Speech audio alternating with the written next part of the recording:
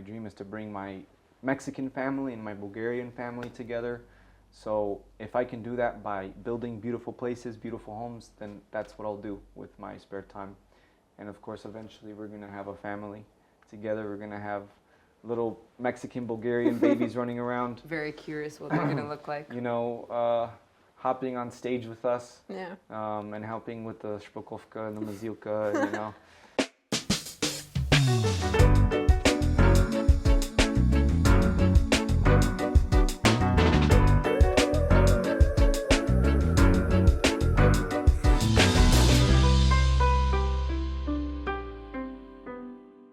Здравейте в Матине! Август и септември пее Миро, ние пък в Матине твърдим, че април откриваме като февруари, не за друго, а защото днес ще си говорим за една много голяма и много красива любов, която не могат да я спрат никакви контролно-пропускателни пунктове и бариери. Става дума за любовта между мексиканския американец Ернесто Валенцуела и неговата очарователна съпруга, българката Алекс. И понеже ние двете с Алекс сме истински дами, сега свичваме на английски, за да може и Ернесто да се включи пълноправно в разговора. So, hey guys! Hello. It's really a pleasure and an honor to have you here. No, well, thank you so much for inviting me. I was pretty excited when my wife had told me that you guys had reached out. Inviting us, both Yeah. of us over Us. For this interview. So Well, I'm excited. it was the 14th of February when I saw your gig with Mulets, and I was there with my husband, and I told him, look at these guys, I want them in my show. I really want them in my show. Nice. Yeah. It was probably one of our favorite concerts so far. Yeah. As well for the audience. Mine too, Many people definitely. were like, It "This was so the intimate best." and so personal and so inspiring. So wanna thank know you for that. You want to know a secret? Yeah. It was very underprepared. Really? How so? Like 2 rehearsals before the show. Oh, wow. And we were 8 musicians, so. But we're all professionals, so we got Exactly, it down that's a sign together. of a true professionalism. Yeah, so we just really in this concert felt each other so musically and so intimately, and we just performed, and we were even amazed ourselves of it. So you're just reassuring us. Yeah, from where I stood, Yeah. you all had such an amazing vibe together on the stage. Amazing, thank you. It was That encourages mesmerizing, me. truly. Yeah. So let me take you back to the beginning. When, how, and where did you two meet? All right, do you? I you love wanna telling start? the You're- story. You're the best of the better story. chronologically than I am. Okay, so I was living in London. I mean, I was living in the UK 7 years at that point. But I was living in London at that point, and it was 2020. So full-on quarantine, pandemic, no going out. I was studying in university. And I had an ex-classmate who, during the pandemic, moved to Northern Ireland. She had some friends there, and she just wanted to be in nature instead of be enclosed in a small flat in London. That's where, via musical connections, she met Ernesto, who was living in Northern Ireland at that point. He was working for a small church, small branch. He was helping with the elderly there who were quite lonely during the pandemic. And they had like a Zoom meeting every morning to kind of keep the community going. So my friend invited me there. And I was like, yeah, cool, I need a bit of a community. And that's where I saw this long-haired beast. I was like, he looks pretty good, and he sounds pretty good too, and he looks like a very decent man. I remember just seeing just similar faces every day on this Zoom meeting because everything was closed down and we couldn't leave. And I just remember seeing her friend on the Zoom, and she was like, oh, I want to invite a friend over. And then here I see my soon-to-be Bulgarian wife enter into the picture. And I fell in love instantly, but not too instantly. I was like, oh, she's pretty, but I don't want to talk to her. I'm not going to try to start anything. Why didn't you want to talk to her? Because I was like, oh man, this is going to be cringe if we're doing this group meeting and then I messaged her on Instagram, where she actually ended up messaging me on Instagram. She reached out to me. 2 weeks later, I was way too intrigued because I knew bits of his story, where he came from, and I was like, what is this young guy doing with an elderly group of people in Northern Ireland? And he was also a musician. So I was like, I'm curious. I messaged him on an Insta story or something that he was playing the guitar, and that's how it started. And 2 months in, we already knew we wanted to marry each other. 2 months in? Yeah. How is that even possible, guys? Man, it's, I mean, there's a lot of backstory. I mean, I'll share like in the shortest amount of time I can. Like obviously, we've both had like relationships like previously to us meeting, and for me, after my last relationship, I had already known that I really wanted to get married because I didn't like have my family growing up as a kid. So I was like, I knew I wanted to get married, and I wanted to get married young. Like I felt life was too long and too complicating to just do it by myself. So it was just like a matter of who and when. Yeah. And when I met Alex, it's almost like me, like my maturity and my view of marriage had grown, and but It at aligned. the same time, They yeah, it literally aligned. So we met, and I wasn't super naive just to just jump into anything, but I was almost positive this was the woman for me. That's because in the first 2 hours of our first conversation, Oh, I goodness. laid it down to him. I was like, look, I'm not looking just for a little cute relationship online. I was like, actually, my desire is to get married, and I know what I'm getting myself into. So if we're going to date, I need to know if you have that intention as well. So we had a lot of clarity and transparency from the start, which kind of took away all the bullshit afterwards. Yeah. It was a very transparent kind of beginning Yeah. of a And- relationship. And we got married, what, 6 months later? no, 9. 9 Come on. months. 9 months later. later. But we only had communication for such a long time, which again helped us really get to know each other in a real way rather than just have fun together but not know who we are as people. So Yeah. Yeah. So Were you afraid? I'm asking you because it seems to me a lot of young people are really scared of the whole idea of marriage, and they keep postponing it and postponing it. And in your ideal world, how does the marriage look like? that's a good question. can I start? Yeah, go I ahead. have an answer. Yeah. I think it really depends what you've seen as a young child. Even though in our case it's completely different, but I had a very stable family, and not just stable in the sense of they were together, but till this day, 28 years later, they love each other. They're in love. They're in love. I've seen the rough bits of relationships as well of marriage, but I see that the reward at the end with each year just gets bigger and bigger, because with short-term relationships where there's no permanent commitment, you cannot possibly receive what you get out of a very long-term, for life kind of relationship. So I was exposed to the value and beauty of what the institution or the kind of the specialness of marriage was. So I had a very positive view of that, a very realistic as well, because I knew it's not a fairy tale. It's not you find this Sure. one person, you never want anyone else, you're not tempted or you're not curious. But I think I learned how to value what's the more valuable thing rather than just the short term. So yeah, I got to a point in my life where I realized it for myself that actually I want to commit to that, and I was not afraid, especially after I met him. It didn't just feel right. I knew it was right because we communicated and we figured out who we are, what we believe, and what we want. And I mean, everybody knows, I think it's a saying, broken marriages produce broken children. And I was the product of, two very broken people, trying to make it, but they just didn't. Yeah. They hurt each other so much. And I just know so many others who, children that are just troubled because mother and father weren't there. So I knew that I wanted to change all the generational curses, not just for the sake of changing what my generations have looked like in the past, but I knew that the design was to have commitment. And in this generation, we're just so scared to commit, and to in a sense, we're too scared to suffer. We're too scared to Wow, do. you're so wise. Yeah, we're too scared to do what's good, and always the good thing and the right thing is not always the easiest thing. And I'm not saying that marriage is this big, scary monster, but because that's how culture has portrayed it for the longest time. Prison, horrible for the rest of your life. But Those chains on your neck. yeah, It gets better. It keeps getting better. honestly, over time it just gets even better, and just the intimacy between one man and one woman, getting to know each other so intimately, is worth way more than having multiple relationships and producing more broken people. So I guess that's the view that I have towards it, and that's why I made the choice to commit. And I like giving this example when people ask me why I believe in marriage.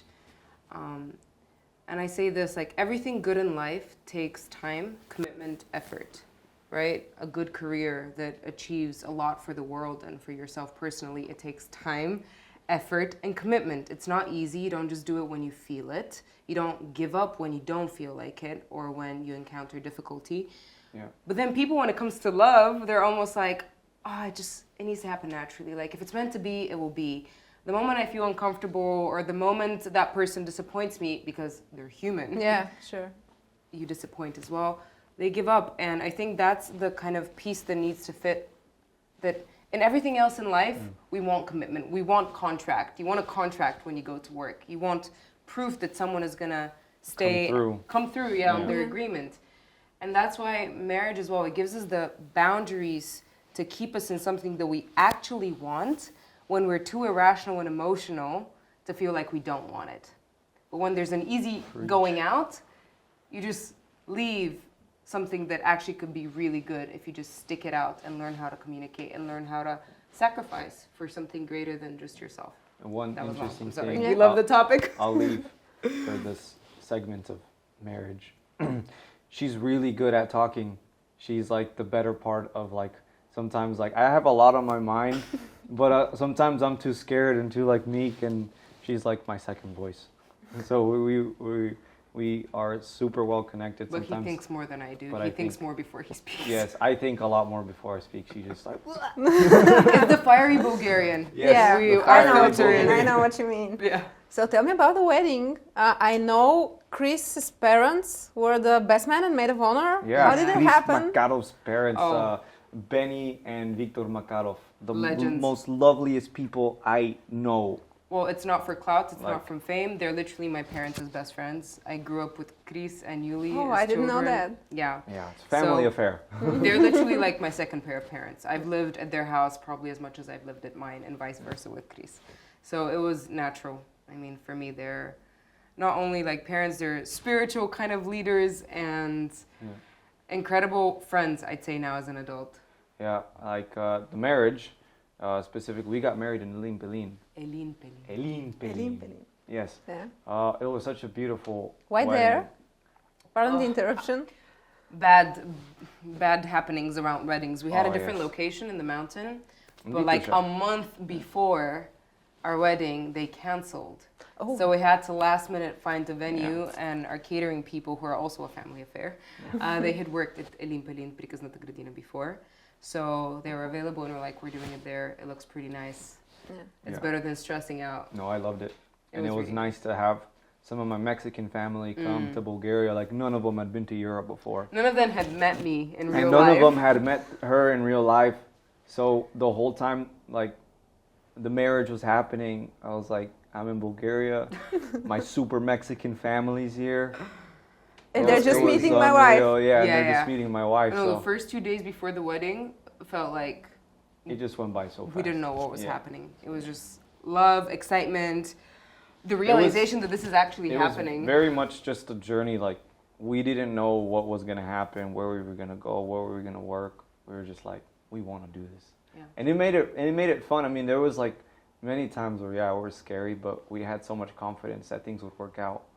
So, and because we still, of commitment. because of commitment, yeah. But also, like, the people that are around us are just insane, you know. Which is the moment I want to big up the catering that did our wedding. It's my Rest. friends. Their name is Rest gonna- Catering. Oh. Shout out to them. You Yes. rest, we do the rest. It was amazing.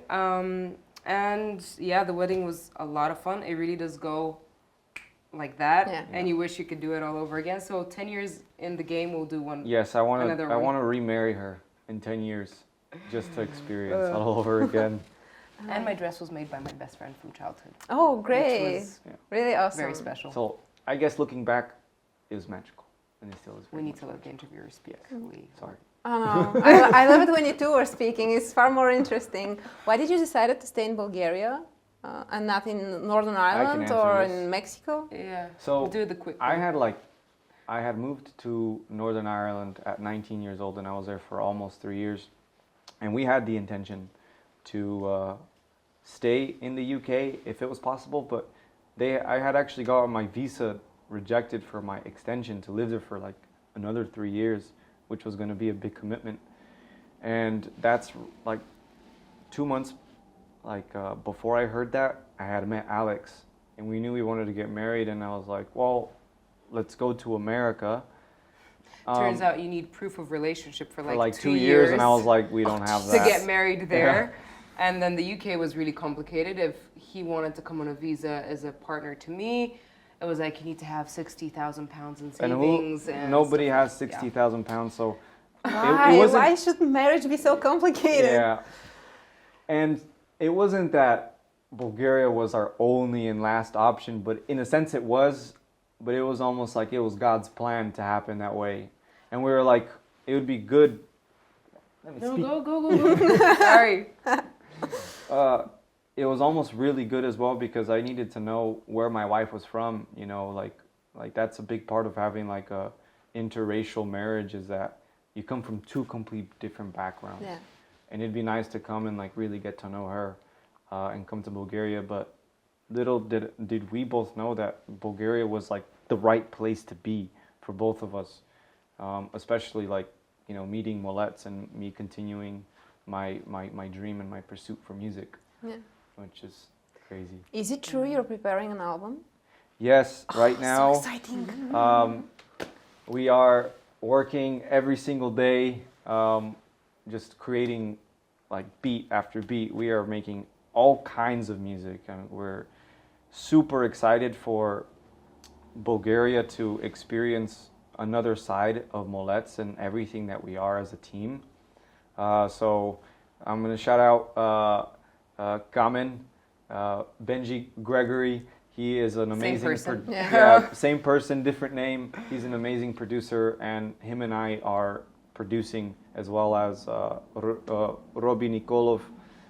We're all working together, and Chris and Yuli are just writing a bunch of lyrics, and we're having such an amazing time, and it's going to be such a turn because we have a really big tour this summer around all of Bulgaria, of course, but it's going to be special because it's not only just the rap and the trap, but the jazz and the rock and the contemporary being mixed all into one. So I'm blown away by the sounds that we've created already. And I'm ready for another Molets wave for Bulgaria. Is your beautiful wife going to take part with her piano? Yeah, you know, we really need her in a lot of different aspects in the producing. Sometimes we're creating something and we're like, man, we need Alex because she's an amazing pianist. And she's partook in the big concert in December 8th and the two concerts the live concerts that we've had. I'm hearing rumors that the album is going to be presented acoustically for the first time. Can't wait. So yeah, that's definitely going to be a start to the season. And it's exciting because Drugo, have you heard of Drugo? So I'll be one of Drugo's first artists. Great, congratulations. So we're working on getting my music out for the first time to the Bulgarian listeners and everybody else around the world, as it's going to have English and Spanish. Maybe some Bulgarian. Maybe some Bulgarian mixed in because I'm learning the language, but maybe I'll leave Chris and Yuli to write the verses. So yeah, there's just everything right now is just pushing music out and just pressing just amazing music. So do you have a launch date that you're aiming to? So for Molets, be careful not to disclose anything that you're not supposed to. I know for summertime. It's gonna be summertime. Both Molets' music and my music. It's gonna be right before the summer. Can't wait. So around that time. Well, when we get closer to the time, I'll ask you to come all here again so that we can say a lot more. Yes, I would love to discuss music. I would love to. Yeah. Where do you all find your inspiration creating music? Man, you go. a lot of right now. I mean, I'm 24 years old, and I feel like I'm just barely beginning to process my life for the past 24 years. Or like mainly like my life between like 10 and 18 years old, where I had like the hardest time of my life. And so I'm talking about those things, and one of my songs, actually, my first song that I'll release is about a friend of mine who just recently died because I grew up in a gang culture, and he, got shot dead, and I really just want to talk about what my reality used to be, and so that's what my music's going to mainly be about for the beginning, is just processing everything. So that's where a lot of my inspiration comes from right now. And he's been listening to a lot of Kanye, a Yeah. lot of Lil Kendrick Baby, Lamar. Kendrick. John Mayer is always an amazing. No, I mean, like, he's absolutely my favorite. yeah, John Mayer has been one of my, if not one of the biggest influences. Even though like I do like rap, trap beats and Yeah. stuff. Like he's my biggest inspiration musically in the whole jazz world. He got me hooked. Yes. First thing when we met, he was like, "Do you know John Mayer?" I almost like, if you don't like John no. Mayer, I don't want to marry you. And I did not know him. Yeah. And my first reaction wasn't like, "Wow, great," but then I gave him a chance, and I actually do love him now. Yes. For me with music, I have a classical background. I used to play piano classically since the age of 4. I really lost my love for it because it became more of a job and a competitive industry than Yeah. something personal, which is I think the experience of many classical musicians or dancers who train for the profession. So honestly, Mulets is something that inspired me to come back. Because once I graduated a professional music school in England, I said, I don't want to do this anymore. I was really broken because I loved music, but I felt like I couldn't do it for myself and I didn't want to do it. So after 6 years of not playing, I moved back here. I'm inspired by what these childhood friends of mine all of a sudden are doing. Yeah. I did not expect it. No one expected it. And this honestly gave me hope for coming back to Bulgaria. As well as Chris Zakhariev, who is just, we know him, he's a culture changer. Yeah, definitely. And I was like, there's great people here who are doing creative things right now that I really believe in, and I think I can have a future here. So for me, that was a huge push. And then when I came here, and I've heard almost every demo of each song, and I would cry at every song. So for I remember me, this. yeah, they are right now my biggest inspiration, apart from everything else I listen to. Yeah, I have to say, like, I need to. the music scene right now, which is like, we're all friends. I mean, we've got Chris Zakhariev, Flamenkov, the directors and creators behind everything visually. You have Chris and Yuli, we've got Robbie and Kamen, and this whole team, which I view, because I'm still getting to know the Bulgarian music scene, and even other people like Mila Roberts and even like the Sauce Kids gang with Virgo and stuff. I really love the Bulgarian music scene, and it actually encourages me a lot. Because I know that the culture is changing in Bulgaria, and it's starting with the art. Yeah. And that's something that I was like, I'm so happy I get to be part of this. Like, not only just, enjoy it, but it's actually doing something. It's not a selfish thing. We just released, and it's going to come out, the Mulets movie. How do you say it? What's the name of it? Началото и края. Yes. There was this young kid, maybe he was probably like 12 years old, and he shared something. That's at the movie premiere. Yeah, at the movie premiere, yeah. He had shared his, like, emotion about, like, the music and just everything that's been happening, and it made us cry. What did he tell you? He doesn't remember. I remember. But you can say it a lot You better. remember it better. He She said remembers it it in better. Bulgarian. No, he was shaking and he was so emotional. He was like, your guys' music really gives hope to everyone. He was like, everyone is going through their own set of problems and pain. I'm like, this is a 12-year-old kid speaking. It's like everyone has their own unique pain and experience, but your music and what you're doing is giving hope. And Yuli literally started crying, but Yuli cries all the time. But I almost cried It's as well. emotional. Yeah, it was very emotional and very beautiful. So for me, also, this is probably the thing that draws me the most, apart from the musical element. It's the fact that we're doing something of value here. And that's all that matters. Well, you're touching souls. That's what art does to people. Yeah, that's why I'm invested in this industry. It's What do you amazing. do when you don't do music? Oh. You do some. Oh, well, I do some. No, I have a I full-time do job a lot. At a non-profit organization. It's an international one. It's called A21, which stands for Abolishing Slavery in the 21st century. Abolishing Slavery in the 21st century. Yeah. Essentially, we are putting up a stance against human trafficking globally because it's still a huge problem. Many people think that there's no slavery anymore. Actually, right now, there are more slaves than ever in human history. Our statistics show more than 50 million people are currently trafficked for sex, for their labor, for their organs, babies being You got me trafficked. shivers. That's really Yeah. devastating. And Bulgaria is number 5 in Europe in export of people to be sold.